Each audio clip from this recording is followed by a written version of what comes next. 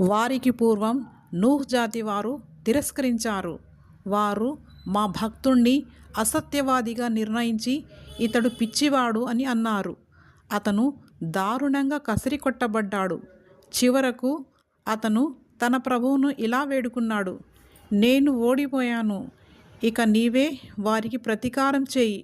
అప్పుడు మేము కుంభవృష్టి కురిసేలా ఆకాశ ద్వారాలు తెరిచాము, భూమిని చీల్చి జలములుగా మార్చివేశాము. విధి నిర్ణయించిన పనిని పూర్తి చేయడానికి ఈ నీరంతా ఏకమైపోయింది. మేము నూహ్ను పలకలు మేకులు గల దానిపైకి ఎక్కించాము. అది మా పర్యవేక్షణలో నడుస్తూ ఉండేది. ఇది విలువ ఇవ్వబడని వ్యక్తి కోసం చేయబడిన ప్రతీకారం. ఆ నావను మేము ఒక సూచనగా చేసి వదిలిపెట్టాము. మరి హితబోధను స్వీకరించేవాడు ఎవడైనా ఉన్నాడా?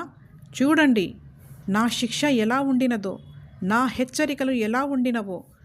మేము ఈ ఖురాన్ను హితబోధ కొరకు సులభమైన మార్గంగా చేశాము. అయితే హితబోధను స్వీకరించేవాడు ఎవడైనా ఉన్నాడా?